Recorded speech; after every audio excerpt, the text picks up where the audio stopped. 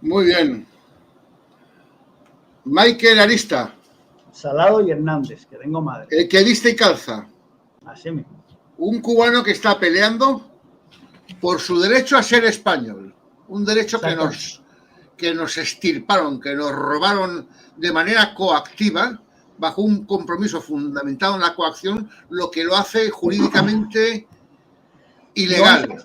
No es exactamente la coacción, sino es el mismo hecho de que lo que se está pidiendo que España le quite a los españoles es imposible. O sea, ningún Estado puede desnaturalizar a sus propios ciudadanos. Por lo tanto, estamos diciendo que eso es sencillamente nulo. No, pero tú que eres letrado. Tú que eres letrado. No, yo no soy letrado, por desgracia, pero no eres letrado, no eres jurista. Sé un par de cosas. No soy. Vale, vamos a ver. Cualquier contrato, compromiso o transacción fundamentada en el fraude o en la coacción es jurídicamente inválida y se solventa revirtiendo el bien dañado a su estado original. Eso es cierto. Eso es cierto. Pero en el ámbito, hay otra cosa que se llama hecho consumado. O sea que tú no puedes ahora decir, bueno, vamos a desconocer el Estado cubano, vamos a desconocer la cesión y que todo se revierta. Eso realmente es imposible. O sea, pensar así es estar fuera de la realidad completamente. Bueno, ahora, si podemos... Es independiente. No puede, Estados Unidos no puede coger y decir, toma, te devuelvo Cuba. Exactamente. Entonces no tiene sentido, no tiene... Pero con Puerto Rico sí que tendría sentido.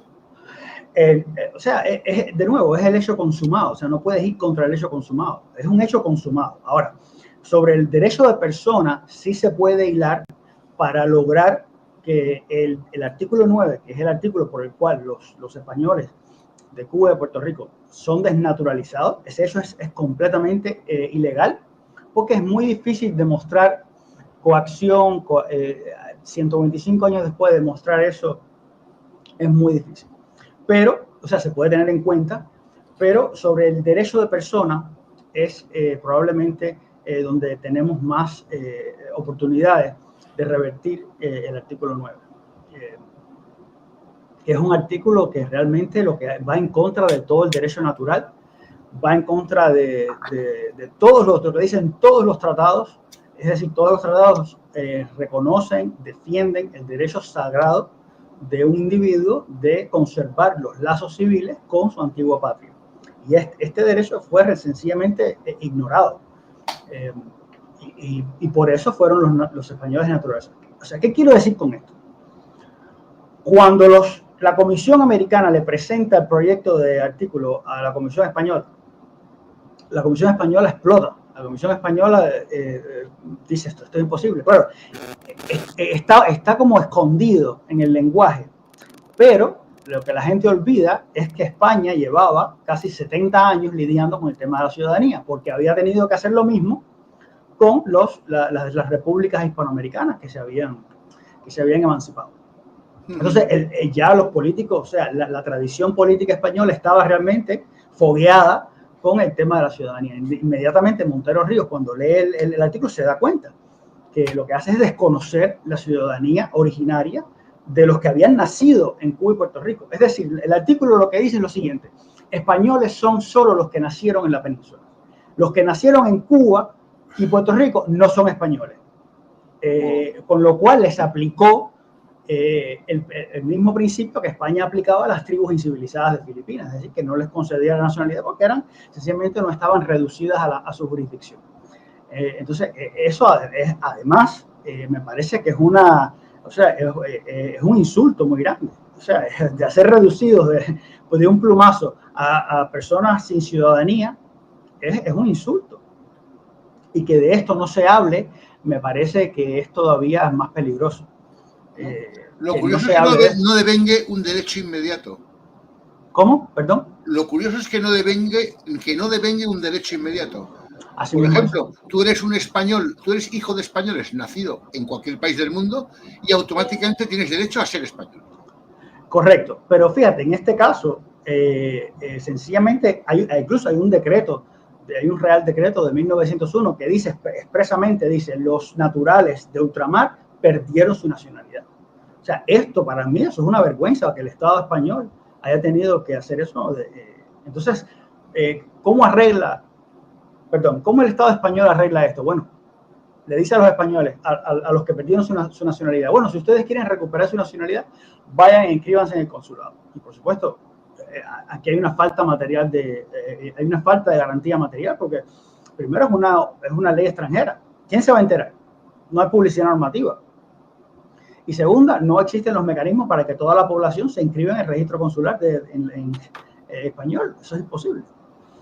Entonces, bueno, esa es la situación. Ahora, 125 años después, hemos logrado interponer una demanda que se encuentra en la Audiencia Nacional lista para fallo, que lo que busca es eso, lo que busca es que los jueces tengan que evaluar la constitucionalidad del artículo 9 para poder emitir una sentencia. Y creo que por eso es que se están demorando tanto. Y si los jueces lo deniegan, ¿qué alternativas quedan? Vamos en casación al Supremo. O sea, vamos a ganar como quiera. Es poco probable que la sala de la Audiencia Nacional nos conceda la demanda, ¿no? Pero bueno, nosotros pedimos 4 cosas. Nosotros pedimos, primero, la nulidad absoluta de la orden del ministro de Asuntos Exteriores, porque nosotros hicimos una petición diciéndole al Estado, denuncie el artículo 9, y el Estado me dijo no. Pero quien me respondió fue el ministro de Asuntos Exteriores. El ministro no tiene competencia para decidir si sí o si no. Es el Consejo del Ministro. Bueno, porque... Qué curioso, ¿no? Sí. Bueno, la petición se la pelotearon varios ministerios. Ya. Pero si el ministro no tiene competencias para decidir, entonces ¿por qué me responde? Entonces, eso es lo que estamos diciendo al tribunal. El ministro no podía responder. El que tiene que responder es el Consejo de Ministros, que es el que tiene esa facultad. Quizá porque la justicia no sea tan independiente. No sé. Yo creo que eso lo colamos ahí y nadie se dio cuenta de lo que estábamos pidiendo. Entonces ya era muy tarde cuando se dieron cuenta. Pero bueno, en fin, la demanda está admitida a trámite. Entonces, bueno, le pedimos 4 cosas. La primera es la nulidad absoluta de la orden del ministro. Entonces, si no me la quieres dar, bueno. Opción B, una cuestión de constitucionalidad y una cuestión prejudicial, una al Tribunal Constitucional y otra al Tribunal de la Unión Europea, para que indiquen cómo interpretar ese artículo. Y eso sería espectacular, porque tendríamos un pronunciamiento del Tribunal Constitucional, que es el único órgano con la facultad para revisar un tratado. Entonces, si no me lo vas a dar tampoco, entonces declara la anulabilidad de la orden y remítelo al Consejo de Ministros. Entonces, si no me dan nada, entonces vamos en casación al Supremo.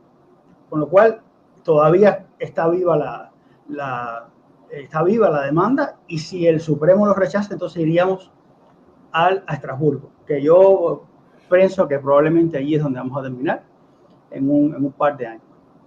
Porque no creo, vamos a ver qué pasa, pero sobre todo estoy muy interesado en saber cómo el tribunal va a razonar, cómo va a razonar salirse de la demanda, porque realmente los puntos que hemos puesto, la demanda está muy bien hecha, y tengo que agradecerle al equipo legal nuestro, que la verdad se ha esmerado, y es una demanda muy completa, muy bien hecha, muy fina, muy fina.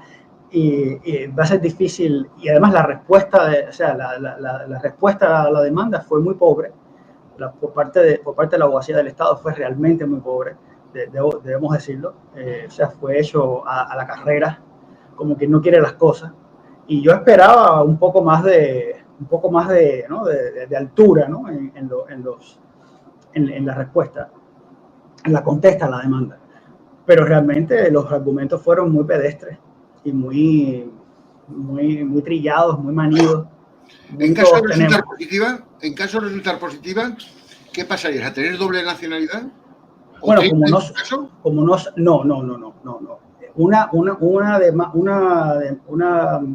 una sentencia positiva, yo no sé cuál de las 4 opciones va a escoger la sala, el tribunal.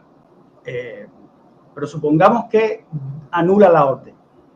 Bueno, ¿qué pasa? Entonces, el Consejo de Ministros es el que tiene que pronunciarse. O sea, esta batalla no va a terminar con el tribunal. Esta batalla es para largo. Esta batalla va a ser muy ardua. y va a ser, no es un maratón, o sea, es una carrera en que la estamina, o sea, nuestra capacidad de aguantar y de sostener una demanda de este tipo, porque los resultados son realmente revolucionarios. Los resultados pueden no, los resultados van a cambiar la historia del país. Entonces, tenemos que nosotros tener esa visión y estar conscientes de que va a ser por tiempo, y tenemos que perseverar en ese sentido. Aprovecho para saludar a Emilio, que desde Manises, en Valencia, que está participando en nuestro chat al mismo tiempo. Pero bueno, entonces, si supongamos que vamos a tener una sentencia lo más favorable, supongamos que el Consejo del Ministro dice, es verdad, sí, coño, fue un error desnaturalizar a los españoles originarios, cuando la Constitución española dice que es imposible quitarle la ciudadanía de origen a un español. Perfecto. Eso generaría una obligación para las Cortes de modificar el Código Civil y agregar un acápite que permita que todos los cubanos y puertorriqueños descendientes de esos españoles que fueron desnaturalizados puedan acceder a la nacionalidad española. Con lo cual, eso sería lo ideal, eso sería lo máximo, porque entonces tendríamos que probablemente el 90 y tanto % de la población cubana tendría acceso, tendría derecho. ¿Cuántos cubanos hay hoy dentro y fuera de la isla? Pues no sé, pero creo que fuera habrá unos entre 2 y 3 millones. No sé los últimos datos porque ha habido una estampida tan grande de personas. O sea, la situación en Cuba está muy... ¿En la isla cuántos viven? ¿Cuántos cubanos viven en la isla? Probablemente menos de 11 millones. No sé exactamente cuántos. Menos de 11 millones. Pero por ahí. ¿Podemos hablar de unos 15 millones de cubanos? No lo sé. No lo sé. Suponiendo que son menos de 11 dentro y 2 y 3 afuera, será. Pero no todo el mundo necesariamente, no todo el mundo va a hacerlo. Hay personas que no desean ser españoles, hay personas que desean seguir siendo ciudadanos cubanos y están muy bien por ello.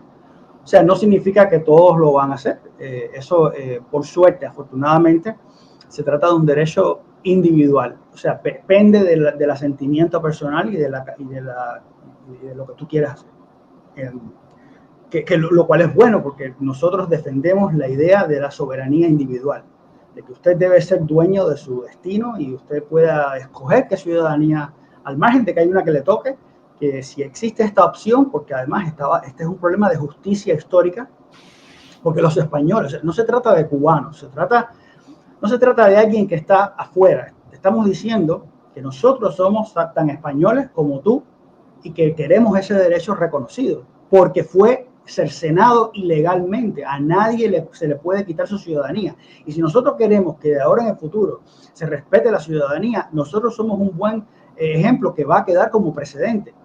Y por eso es tan importante que el Tribunal de Estrasburgo falle y el Tribunal de Estrasburgo aplique la jurisprudencia europea que defiende la idea de que la ciudadanía es un derecho fundamental. Y esta es la idea principal. O sea, nadie puede ser privado arbitrariamente de su nacionalidad. Y esto es lo que estamos diciendo que ocurrió. Por supuesto, hay comentarios sobre, los he leído, que si les hicieron la guerra, que si tantos miles de... Nada de eso es importante porque se les cercenó el derecho a la nacionalidad española a personas que eran tan españoles, que incluso pelearon por España. Y todos fueron desnaturalizados de un mismo plumazo. Una de las cosas que estamos diciendo es que, sí, efectivamente, nosotros no negamos que hubo una guerra. Por supuesto que hubo una guerra, por supuesto. Y una guerra, además, civil, una guerra fratricida. Una guerra que no debió haber ocurrido. ¿Ah? ¿No hubieron 3 guerras? Sí, ok, hubo 3 guerras. Perfecto. Sí, la de 68 fue una guerra civil, pero la idea de la independencia es una idea sobrevenida. Después tuvo la llamada guerra chiquita que fue ahogada en nada. O sea, el reporte en el archivo histórico sobre la guerra chiquita es una bobería. Y está la guerra del 95 al 98. Pero lo que nosotros queremos decir, que es algo que es importante, es que hubo una traición, hubo una gran traición por parte de unos cubanos, y probablemente hasta dentro de España hay algunos que dicen que incluso Sagasta no hizo todo lo que debió haber hecho. Pero bueno, yo no me meto en eso. Y más si le ofrecieron $1.000.000. Yo no tengo pruebas, pero lo que quiero decir es que la culpa no es no solo de los que estaban en Cuba conspirando. Aquí todo el mundo cogió parte y todo el mundo conspiró. Entonces, esto es importante que se sepa también. Entonces, lo que estamos diciendo es que un grupo de cubanos traicionó la voluntad popular, porque en el 98 se hicieron elecciones y en esas elecciones el 80% salió por el gobierno autonómico, en la que votó el 50% del padrón electoral. Eso es un plebiscito. Eso es un plebiscito. Y entonces, o sea, aún, el 50% y de ese 50% el 80%. Exactamente. Eso es un varapalo. Eso es una victoria abrumadora del gobierno autonómico. Y eso indica que la mayoría de la población realmente quería mantenerse dentro de España. Por supuesto, por muchas razones. Hay muchas ventajas de ser parte de un país europeo, porque los cubanos ven, bueno, el resto de los países hispanoamericanos en qué andan metidos. O sea, y sin embargo, Cuba tenía un progreso y un desarrollo no menor, o sea, muy notable. Eso, por supuesto. Es cierto que Cuba tenía un desarrollo y un nivel de vida por encima de la media de los estados de Estados Unidos. Bueno, yo ese dato exactamente no lo conozco, pero sí tenía un desarrollo. Por ejemplo, el grado de asociacionismo es un grado que o sea, el grado de asociacionismo te da una idea de la libertad de la sociedad civil. Que la gente puede asociarse para los fines lícitos de la vida, para lo que quieran. Quieren hacer una asociación de pescadores, de recolectores de moluscos, de lo que sea. Y eso es una buena medida de cuántos grados de libertad hay. Por lo tanto, eso echa por tierra toda esta propaganda de que no había libertad de expresión, no había libertad de asociación. Eso es mentira, eso es absoluto, eso es mentira completamente. Lo que no había libertad de sedición. No, perdón. Como ahora no hay. Aquí es donde vamos. Rafael María de Labra defiende a Juan Gualberto Gómez, que era un periodista negro, y van al Tribunal Supremo de España, y el Tribunal Supremo de España dice la propaganda separatista está protegida por la libertad de expresión. O sea, ¿qué más nivel de libertad tú quieres que sea? Hazlo en Cuba ahora para que tú veas. Entonces, en Cuba tú podías hablar mal contra España. No, hazlo en Cuba ahora, en el sentido de que ahora no se reconoce la propaganda separatista. Yo te hablo del 98. Según tus palabras, entiendo que en el año 98 tú podías hablar contra España dentro de Cuba y estaba protegido por la ley, por tu derecho de expresión. Eso fue una sentencia o sea, es una sentencia importante.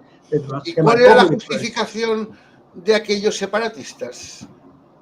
Eso es otro problema que tenemos. O sea, se habla de independencia como si la independencia fuera un fin en sí mismo. La independencia no puede ser nunca un fin en sí mismo. La independencia es un medio para algo más. O sea, yo no puedo hacer esto, por lo tanto necesito independizarme para poder hacer X, Y o Z. Entonces, lo que vemos es que los verdaderos problemas que tenía Cuba, porque realmente a Cuba la inserción dentro de España es complicada, es compleja, pero esos temas nunca se llevan, esos temas se trataban, lo trataba o sea, por ejemplo, las personas que tenían propiedades, a los que les afectaba. Por ejemplo, había un problema de impuestos, había un problema de la autonomía, es decir, cuánta capacidad tengo yo como país de tener mis presupuestos, de aprobar mis presupuestos, pero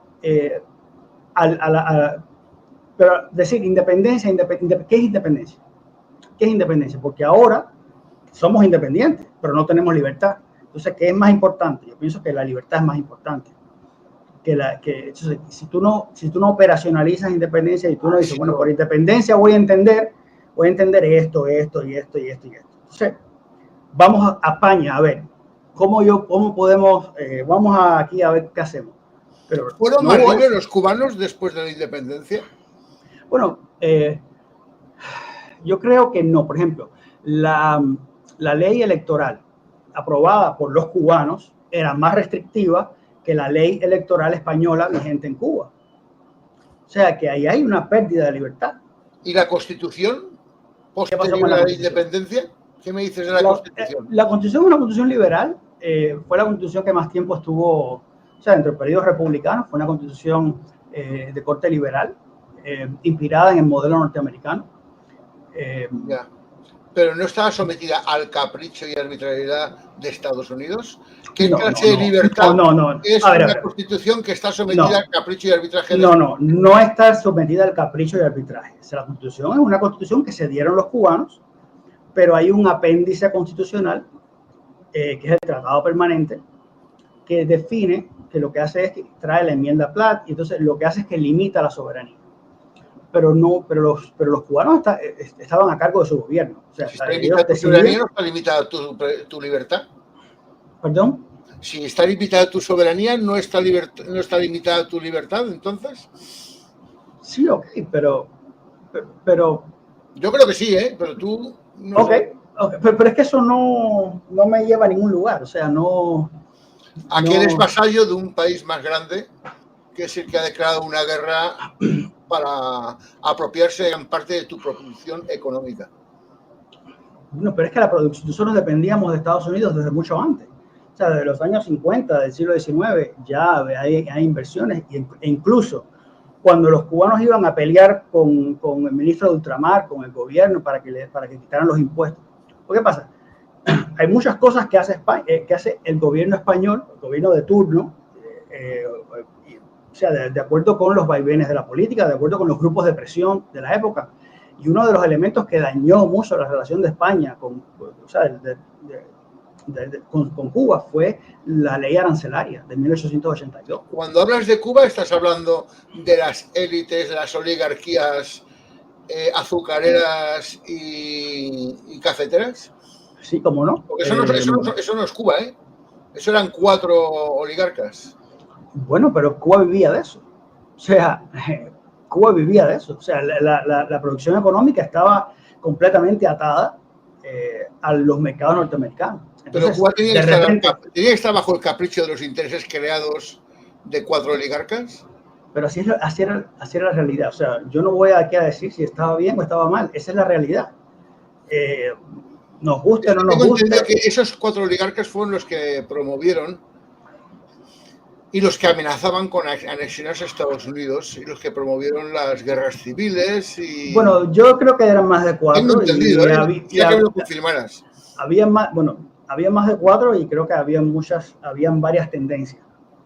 Por ejemplo, pero efectivamente hay un punto de quiebre, y ese punto de quiebre probablemente fue la aprobación de la ley arancelaria de 1882, que declaró los puertos cubanos de cabotaje, y al hacer eso lo que hacía era que imponía un impuesto de casi 40% a los productos que venían de Estados Unidos. Entonces, proteccionismo. Ese proteccionismo que levantó la economía catalana realmente era muy problemático para ese proteccionismo arruinó España, no Cuba, España. Pero yo pienso que eso fue lo que hizo, es decir, a José Martí hubo que financiarlo, y ese financiamiento vino de algún lugar. Y obviamente, cuando España no transigió, no había forma, pues eso generó un quiebre.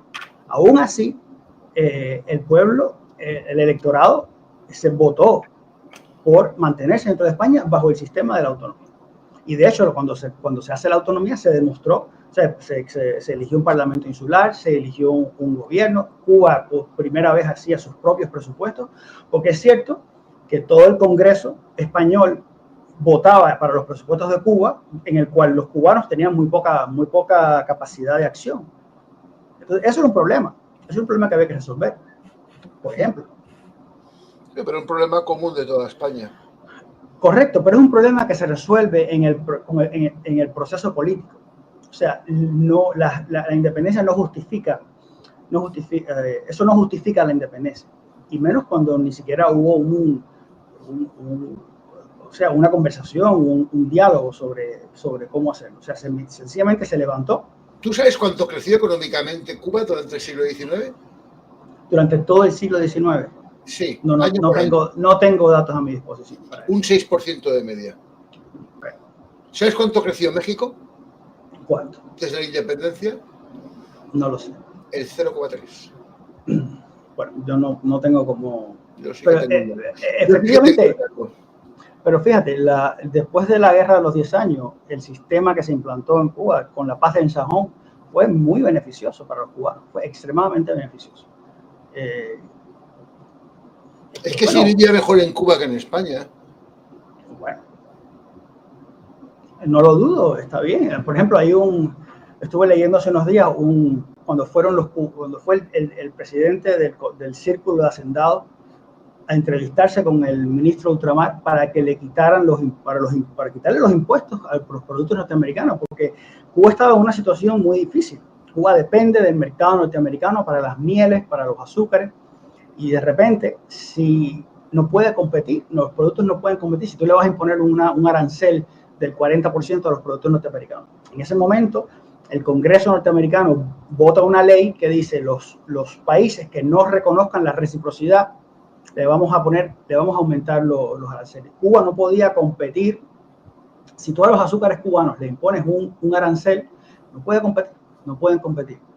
Entonces, ese era un problema además perentorio. O sea, es una preocupación de que el país entero se va a la mierda si tú no quitas este arancel. Entonces, había una sensación de que España nos es indiferente. O sea, que nosotros le somos indiferentes a España en el sentido de que, oye, si tú no quitas este arancel, el país se va.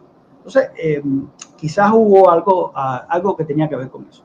Pero bueno, estos son algo de los problemas que realmente... Ese fue un conflicto que no era entre Cuba y España. Bueno, yo no sé si hablar de Vicente. Era entre españoles que vivían en Cuba y españoles que vivían en burócratas. No, y entre valencianos y catalanes. Bueno, ahí es. Claro, porque ¿qué pasa? ¿Has oído hablar de Vicente Blasco Ibáñez? No, ya que hablamos de los catalanes, en esta época se empieza a aparecer en la prensa un problema, que es que los catalanes empiezan a decir que ellos nunca se beneficiaron de América. ¿Cómo que no? Pero espérate, claro que es mentira, porque dicen que sacan el testamento de la reina Isabel la Católica. En el testamento Isabel dice, bueno, que solo pasen a Indias los vasallos de mi reino. Y en eso se agarran para decir que, bueno, a los catalanes nunca se les permitió, ¿cómo se dice?, beneficiarse del comercio con las Indias. Y esto, potenciado en la propaganda, pues se convirtió en un verdadero grupo de presión, que fue lo que propició la ley de la ley de relaciones arancelarias del 82, que fue fatal. Ya, yo te puedo decir que Vicente Blasco Ibáñez, uno de los grandes novelistas e intelectuales del siglo XX, autor de Los Cuatro Jinetes del Apocalipsis. Vamos a notarlo, vale. En un artículo que escribió, él se lamentaba, se quejaba. El artículo se llamaba Lepra catalana. Él definía como lepra el que los productos hortofrutícolas valencianos tenían que pagar impuestos para entrar en los mercados de Barcelona. En cambio, los productos textiles catalanes eran libres de ser comercializados en cualquier parte de España. Claro. Luego había un viajero francés que se quejaba de que los catalanes, sencillamente, por el hecho de existir, están protegidos de que se importen textiles extranjeros que cuestan la mitad de precio y los textiles catalanes se tengan que vender en España al doble o al triple de su precio. Bueno, bien por los catalanes que supieron hacer las cosas y bueno, y jodieron a los catalanes y mal por el resto de España, porque eso contribuyó a que se industrializara Cataluña y el resto de España se quedase a un nivel inferior respecto a Cataluña. Es que es la guerra del librecambismo contra el proteccionismo, que es lo mismo que sucedió en Estados Unidos. ¿Qué sucedió en Estados Unidos? El norte era proteccionista y el sur librecambista. ¿Qué pasó? Una guerra civil. No, el sur era esclavista. Y el problema es que la economía de esclavitud, de plantación, es tremendamente improductiva. Era exportadora, por lo tanto al sur le interesaba el librecambismo. En cambio, el norte, que era industrial, le interesaba protegerse. El proteccionismo. Claro. Esa razón de la guerra estaba muy por encima del tema racial, que a ambos les importaba poco. Eso fue un chivo expiatorio que se buscaron ellos para tener carne de cañón. Bueno, está bien. No Eso tengo es de historia suficiente, americana para saber. no tengo suficiente conocimiento para decirte sí o no. Además, ¿sabes la consecuencia de esa abolición de la esclavitud? ¿Cuál fue? A ver, Una esclavitud para todos. A partir de la abolición de la esclavitud surgió el impuesto sobre la renta. Y es mucho mejor. Es mucho mejor. Fue una esclavitud generalizada, porque al final. No, el impuesto no es una esclavitud. El impuesto no es una esclavitud. Yo no soy defensor de la esclavitud, ¿eh? Pero sí, pero decir es la apropiación de tu trabajo. ¿Y la esclavitud es también la apropiación de tu capacidad de trabajo? No. Lo que pasa es que eres propiedad. Un ser humano es propiedad de otro. Es la única diferencia. Hay que tener cuidado. Pero económicamente es lo mismo. No es lo mismo. Tú no eres propiedad mía, pero yo sí que me quedo con un alto porcentaje de tu no es lo mismo. No es lo mismo ser propiedad, la persona ser reducida a propiedad, que tú pagar con tu trabajo. Eso no es igual, no es lo mismo. Por supuesto, es un paso de avance. O sea, ¿lo consideras un avance? Por supuesto que es un avance. Para mí el avance es la abolición de la esclavitud. La imposición del impuesto sobre la renta para mí no es un avance, es una forma distinta de esclavitud. O sea, cuando la responsabilidad civil pasa de la persona, cuando tú empiezas, si alguien comete un delito, tú le cortas un brazo, pero si ahora en vez de cortarle un brazo va a pagar una multa, eso es mejor, porque el tipo sigue con su brazo, porque paga una multa, porque el dinero, genus non perit, el dinero se rehace, pero el brazo no se le va a rehacer. Entonces, pienso que no es lo mismo, vamos a estar aquí. Por supuesto que no. Es como, por ejemplo, las leyes de Solón y Dracón. Bueno, sí, eran muy malas, eran muy terribles, pero es mejor que la barbarie. O sea, cada vez cuando la sociedad avanza, quizá no es lo ideal, porque lo estamos viendo desde 2000 años o 200 años después, pero es algo mejor. Entonces, lo mismo quizá no. Pero bueno, no sé el tema, nos hemos dispersado. Ajá, volviendo al tema. Es que el tema de la esclavitud, y venía relacionado, es un tema que se ha argumentado mucho para justificar las guerras y reclamaciones de los cubanos. Pero yo creo que hay una gran hipocresía, porque realmente los que más lucharon y promovieron la independencia no eran los esclavos ni los ex-esclavos, eran precisamente los esclavistas. Y los esclavistas, qué curioso, no les veo yo ningún interés por defender los derechos de los antiguos esclavos. Bueno, pero ahora de qué no sé, o sea, ahora mismo lo que estamos diciendo esa no es la batalla de nosotros. Eso no es la batalla de nosotros y realmente hay una batalla cultural para justificar nuestras acciones. Es un periodo, y eso es otra cosa, eso es un periodo muy, muy grande de tiempo. Y yo no soy especialista en esa específica materia. O sea, no voy a ponerme a hablar aquí sobre un tema en el que no soy especialista. Yo, lo único que me interesa y la única razón por la que podría estar aquí es porque yo quiero que a los cubanos y a los puertorriqueños se les reconozca su ciudadanía originaria. En ese tema estamos en el mismo bando. Yo estoy exactamente. Y entonces, te agradezco que me des la tribuna, porque más allá de que a la gente le interese un tema histórico, a mí realmente lo que me interesa es dejar claro que nosotros lo que queremos es que se nos reconozca nuestra condición de español, porque fue sencillamente retirada ilegalmente, y que eso no es posible. Entonces recabamos el apoyo de los españoles, de hispanoamericanos, de cubanos que escuchen, de todo el que escuche sobre este tema en específico. Y bueno, y que no es un llanto al vacío, ¿no? O sea, que existe ya una demanda interpuesta, que lo que hay que es darle seguimiento y que va a ser una batalla sumamente ardua y difícil, pero que tenemos el derecho a nuestro lado y ahora nos hace falta que todo el mundo conozca sobre esta iniciativa. Pues es importantísimo que la gente conozca esta iniciativa. Exacto. Y que se la apoye, Pero detrás de toda iniciativa legal y detrás de toda acción legal tiene que haber siempre una justificación moral. Ajá. Porque si las leyes no son morales y no son justas, no son leyes, son arbitrariedades. Bueno, ese es el Yo creo ideal. que la batalla cultural es muy importante, creo, en mi modesta opinión, es Sí, muy cómo no. importante para justificar la batalla legal. Mira, por otra Por parte, eso hago hincapié en los conceptos de la historia. está bien, y tienes razón. Y, por ejemplo, nosotros, los cubanos, hemos construido una identidad de espaldas a la realidad, de espaldas a España. Exactamente. Hemos construido, o sea, el mito fundacional, yo lo llamo el mito de la Malangueta y el boniato, porque está lleno de mentiras, está lleno de cosas que no fueron.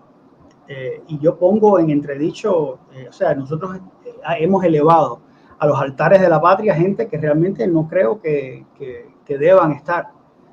Personas que fueron tremendamente asesinos, que fueron impulsados por una arbitrariedad, por ejemplo, el general Quintín Bandera, del que se habló hace poco. Ese hombre mataba a los muchachos cubanos que peleaban por España. Por el solo hecho. ¿El nombre, por favor? Quintín Bandera. Quintín Banderas. No, Bandera, una sola. Bandera. ¿Y él era de origen español? Bueno, era un general negro, por supuesto español, pero que peleaba por los independentistas. Pero ¿cómo podemos elevarlo? ¿Cómo podemos decir que fue un prócer, que fue un héroe, si mataba a los cubanos por el simple hecho de pelear por España? Se dice que le ponía el revólver en la cabeza y le decía, te llamaba, boom. Eso es tremendamente violento y es tremendamente injusto, y solo por esa razón debería ser condenado, solo por esa razón. Y seguramente será un héroe de la patria. Exactamente. Lo peor, lo que a mí me parece que es más grave, triste, es que esto se cuenta en su biografía y nadie toma razón de esto. Nadie se le pasa por arriba de la cabeza. Nadie dice, pero espérate un momento. Eso es un asesinato, esos son asesinatos. Y no me puedes decir que, bueno, porque era una guerra. No, eso no es un problema de guerra. Eso es un problema moral. Y esto realmente tenemos que sentarnos y revisar nuestra historia, porque estamos creando y estamos criando a nuestros hijos, a nuestros nietos, en la cultura del machete, en la cultura de que no respeta la diferencia. La cultura de ordeno y mando, la cultura de la quema de la tenis incendiaria, la cultura de que si no estás de acuerdo conmigo, estás contra mí, y eres un traidor, y eres un anticubano, y eres un antitodo. Entonces, eso no puede ser el discurso. Tenemos que sentarnos y revisar lo que nosotros estamos diciendo, que de donde sacamos nuestro orgullo o lo que sea, eso no puede ser. Yo realmente, le hago un rechazo frontal. Sobre todo porque no hay un sustento ideológico importante. España ¿cómo se llama? Nos maltrataba, pero no hay pruebas sobre eso. Absolutamente no hay. Entonces, estos son los chats. No sé si los llegas a leer bien. Aprovechemos para saludar a Alejandro Fernández de Castro. Hombre. Que dice que la crisis azucarera de los años 60 afectó más la carga de la guerra del Pacífico y la guerra de Santo Domingo. Claro, todo eso lo pagó Cuba. Cuba pagó todo eso. Y más cosas, la independencia de Estados Unidos entre Cuba y Veracruz. La pagaron, que eso no se acuerdan los gringos. Y que los catalanes fueron el monopolio en la isla de Cuba a finales del siglo XIX. En general, como consecuencia de la guerra del 68, esa famosa guerra para la bella independencia, España le dijo a Cuba, bueno, tú tienes que pagar los gastos de la guerra. Entonces, los cubanos pagamos mucho más impuestos durante muchos años por la gracia de la guerra. Entonces, sí es un tema que nos compete a todos, y sí es un tema que hay que revisar y sentarse. Las guerras son siempre un mal negocio, ¿eh? Que las guerras son siempre un mal negocio. Sí, pero pero es un buen negocio para alguien. Entonces, ¿para quién es un buen negocio? Para los generales que viven de la guerra. En Maceo, en Gómez, porque cuando hay guerra hacen plata, pero cuando no hay guerra no hacen plata. Entonces, para ellos sí es un gran negocio, pero para el resto de nosotros no.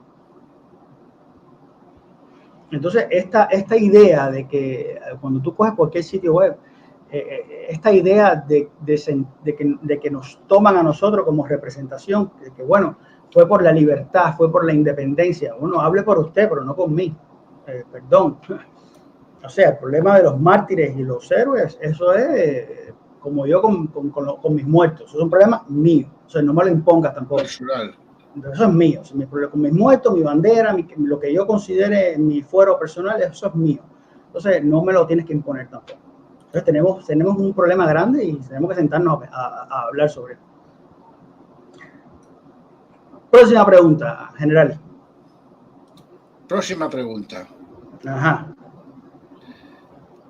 O sea, ¿Tienes mucho apoyo de cubanos en Estados Unidos con el mismo interés? Porque de los cubanos de la isla no podemos decir nada. Para que tú veas, he tenido, y es algo que me llena de alegría, estamos llegando a Cuba y me llegan mensajes de apoyo constantemente, y eso es algo que es lo que más fuerza me da, porque significa que esto que estoy diciendo llega a personas dentro de Cuba y que se dan cuenta que no podemos seguir generando un lenguaje de odio totalmente. Entonces así no vamos a ir a ninguna parte.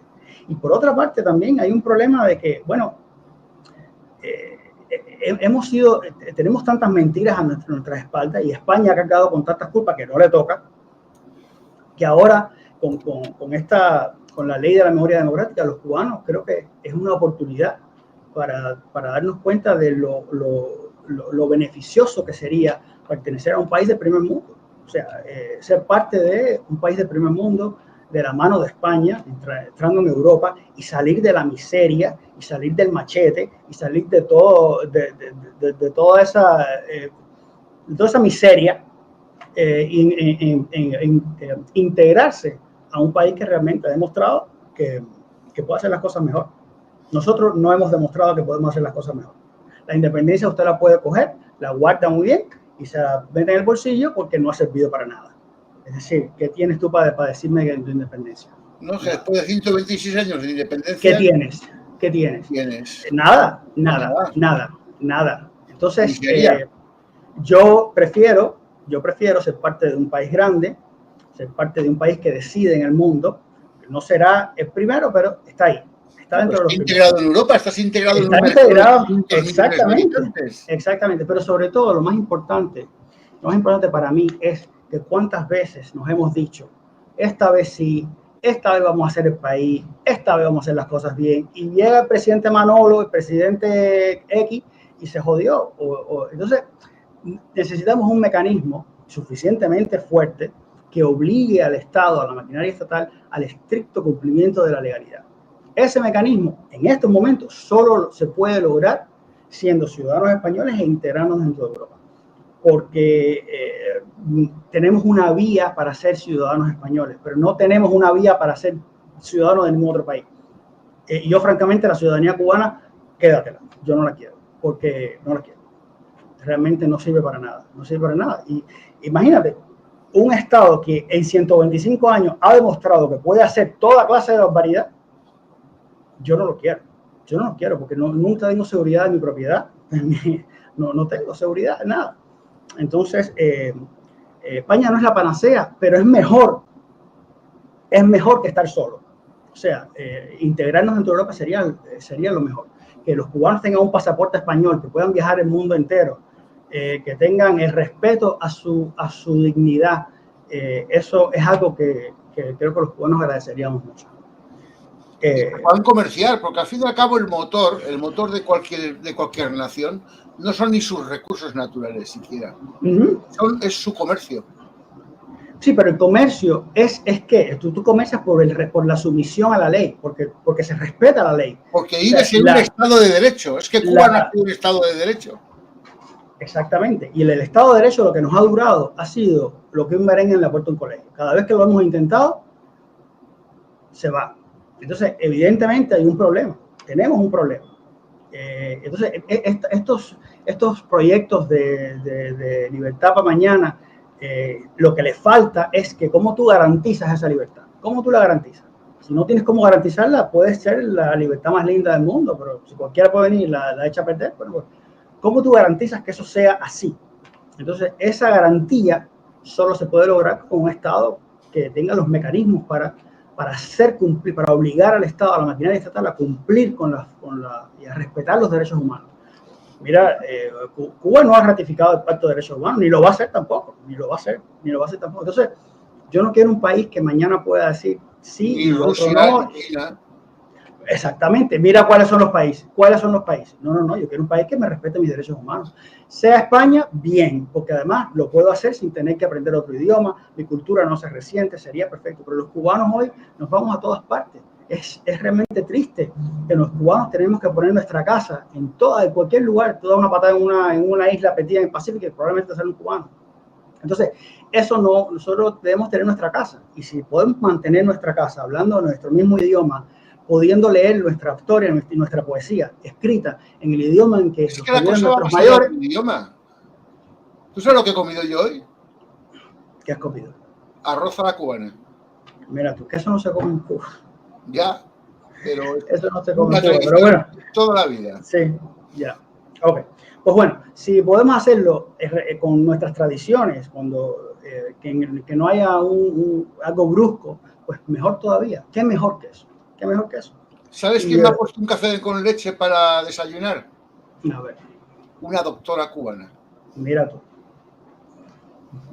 Que como no reconocen la titulación aquí, pues de momento está trabajando de camarera en un bar.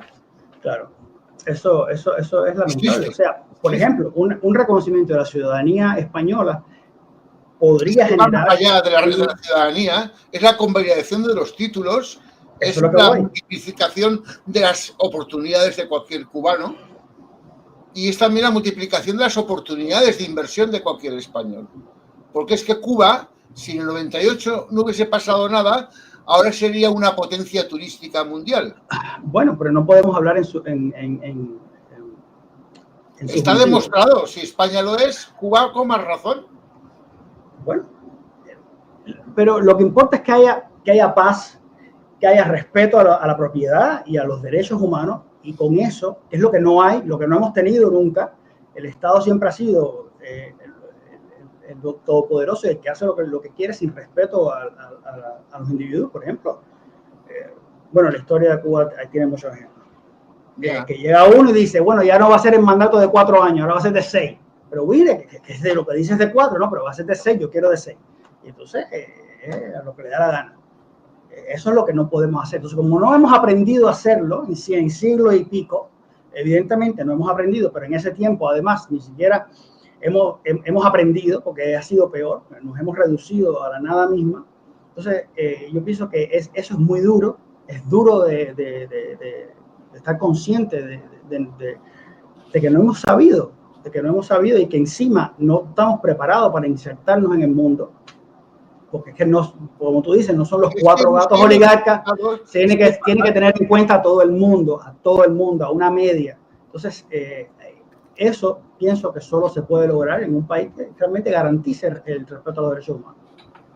Y ahora con esta iniciativa... Los humanos a una justicia independiente, bueno, a una política exterior común, a una política de seguridad común. Es que son muchas más cosas, una política económica común. Bueno, pero ya, o sea, ahora mismo hay 200.000 cubanos viviendo en España y sería bueno, hay probablemente cerca. ¿Cómo? Solo. ¿Cómo que solo? Me parecen pocos.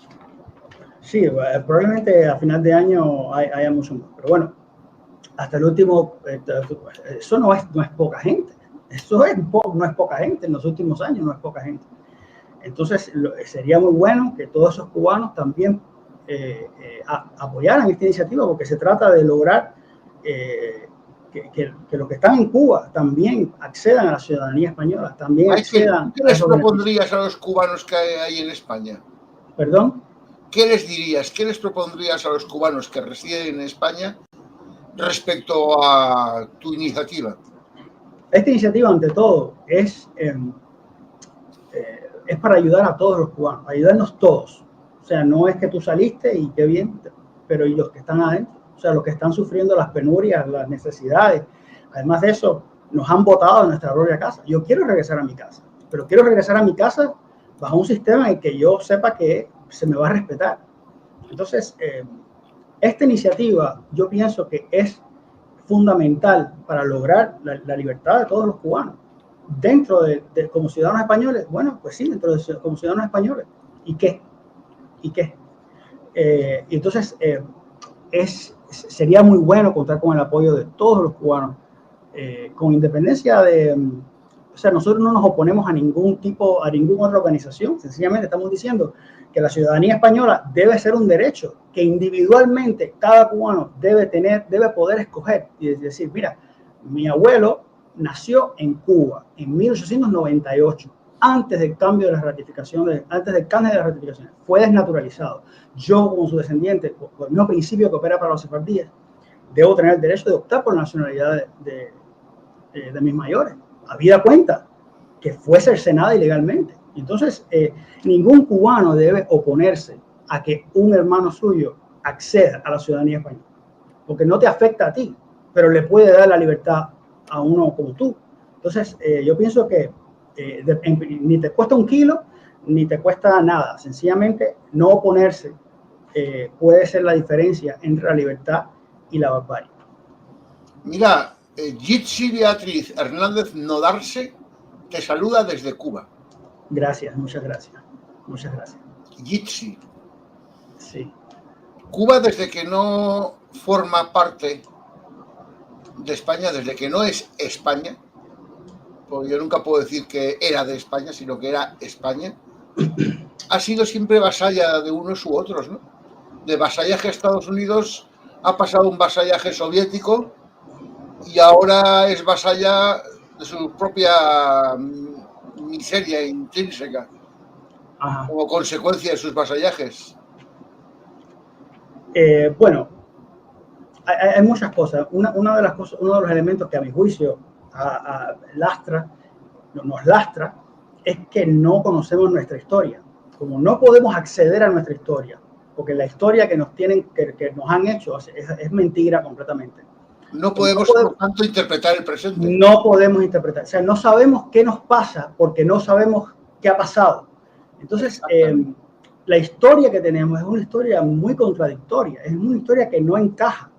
Entonces, esa historia que no encaja, que ha sido hilvanada a retazos, no explica el presente. Entonces, el presente es terrible. Es terrible. Y es terrible porque no sabemos qué ha pasado.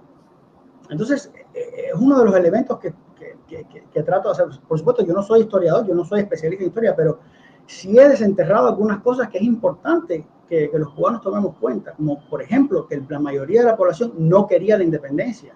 La independencia fue impuesta, fue forzada por un grupo de cubanos que traicionó la voluntad popular aliándose a un ejército extranjero y diciéndole al ejército extranjero, ven, invade el país, como mismo hizo Bolívar con los ingleses. Pero no fue promovida aquella independencia con los dólares de las logias de Nueva York, sumados a Pulitzer y a Hertz, los grandes, los grandes magnates de la prensa amarillista de la época, que veían que promoviendo la conflictividad con Cuba y España, por Cuba con España, vendían más periódicos. A ver, yo no tengo una bola mágica para saber la respuesta que tú tienes ahí pensada. Esta es muy directa, es muy directa. Entonces yo pienso que llévame más suave y dame preguntas que yo realmente pueda responder. No preguntas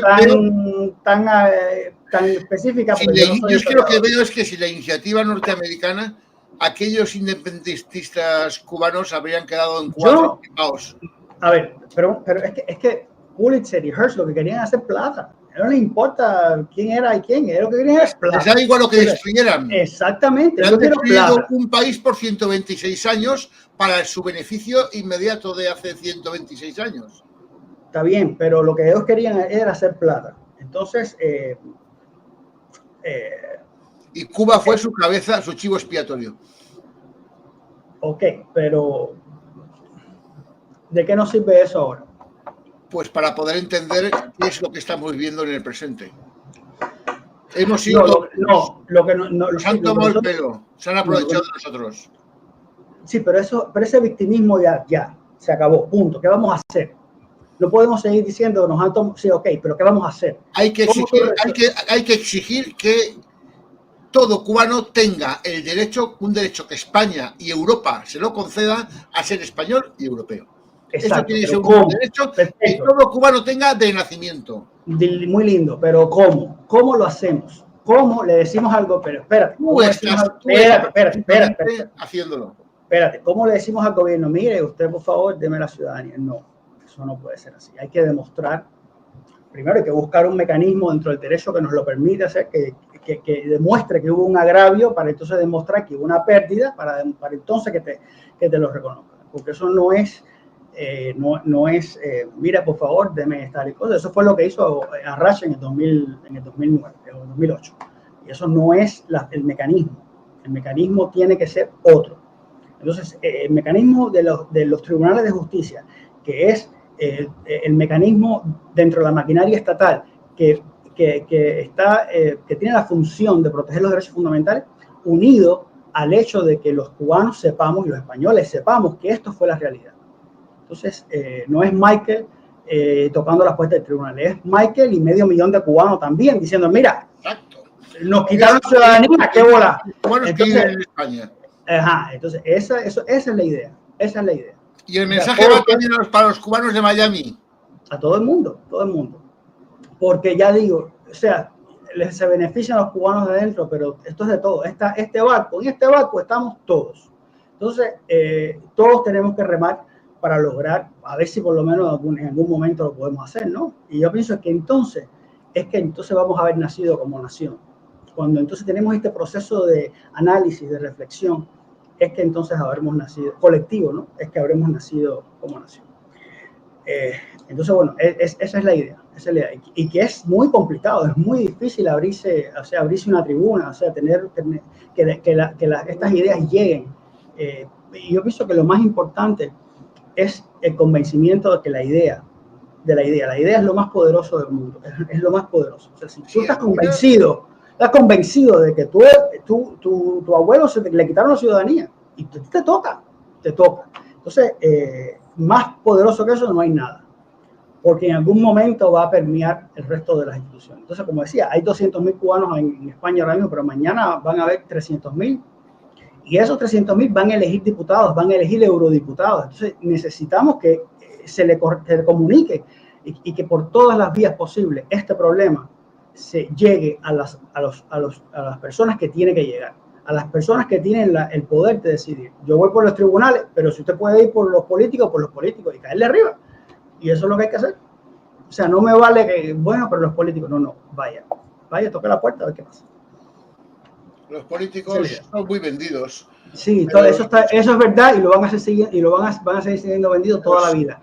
Teniendo eso en cuenta, que es la realidad, o sea, eso no puede ser obstáculo para que usted no vaya y toque la puerta y pida. Una opción podría ser crear un partido político en España que fuera militado por los cubanos, por puertorriqueños y por españoles que defiendan incluso en el Parlamento Europeo la reunificación de España con Cuba y Puerto Rico. Nosotros no llevamos el tema de la reunificación. Yo pienso que eso es una decisión que solo el soberano puede hacer. El soberano significa el soberano, el pueblo. Es que la soberanía está ilegalmente. Sí, pero primero, un partido político no creo que esto puede ser un tema que se agregue a la gente. Ya hay constituido un partido marroquí en España. Y hay 1 millón de marroquíes en España. Bueno. Recientemente una candidatura unipersonal de un tal Alvise Pérez con 800.000 votos ha conseguido 3 eurodiputados. Esa es la idea que yo quiero que la organización de los cubanos para eso. Porque así, de esa manera, los intereses de la comunidad van a estar representados. Es la razón por la que yo voto en Estados Unidos por los representantes cubanoamericanos, porque es importante que haya cubanoamericanos en el Congreso, es importante que haya representación en el Congreso. Y a veces lo que hay, pero... Yo no confío mucho en esos, ¿sabes por qué? Porque es que he visto a más de un cubano que defiende la teoría de que Cuba se convierta en un estado de Estados Unidos. Y Está eso bien. sería volver a meterte en la boca del demonio. No creo. No, Estados Unidos es un país fuerte, es un país que garantiza los derechos, o sea, y es el país que nos ha dado a los cubanos, nos ha dado una puerta y nos ha abierto las puertas, y los grados de libertad que tenemos como comunidad en el exilio y los grados de prosperidad han sido gracias a ese gobierno que no ha hecho lo que no ha hecho ningún país hispanoamericano, ni España tampoco. Hombre, vamos a empezar. No. Espérate. Vemos así, hay que ver las gracias a Khrushchev. Porque gracias a Khrushchev, ya que metió las cosas en Cuba, hay 1 millón de cubanos en Cuba o 2 que viven como americanos. Las cosas como son. Entonces, ahí estamos. Estamos de vuelta. El punto está en que no tenemos cómo ser americano mañana. Entonces, no estamos en condiciones de igualdad. No es tú a tú. Hay que estar a merced del Congreso, y eso es lo que a mí no lo veo. Pero Estados Unidos es un país fuerte, es un país dentro del cual Cuba, el problema es tampoco eso en nuestra costumbre, nuestro idioma, no creo que va a durar mucho dentro de Estados Unidos, porque la cultura norteamericana es una cultura fuerte, es una cultura muy imponente. No es porque lo haya cuatro gringos diciendo vamos a acabar con la cultura americana, no le importa tres pitos la cultura cubana, pero la cultura norteamericana tiene tal fuerza que creo que nos va a pasar por arriba. Entonces, dentro de España apenas podemos conservar nuestro idioma, que es importante. El idioma es algo importante, porque no vamos a poder leer nuestra propia historia, como le pasa a los filipinos, que no pueden leer a Rizal. Entonces, yo quisiera seguir leyendo, poder leer a las personas los cubanos que escribieron en español. Se fue, nos fuimos. No, estamos. Bueno, queridos amigos, con esto concluye la transmisión. No, estamos. Lo que pasa es que nos hemos ido para volver. Y seguimos. Aquí hay un señor, un tal Nicolás Matías, que dice que después de todo,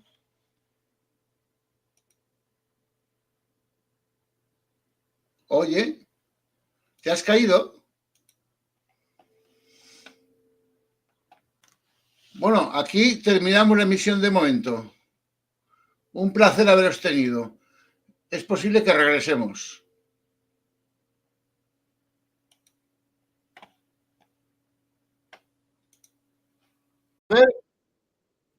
Acabamos de reiniciar la transmisión. Hablamos un poquito más, llegamos a conclusiones y nos despedimos de la gente. Y disculpar la interrupción, pero se ha caído.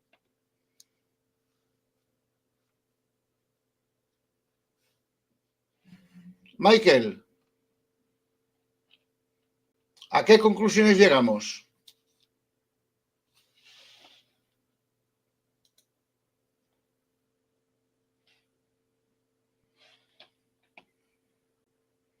Parece que estamos teniendo problemas con la transmisión.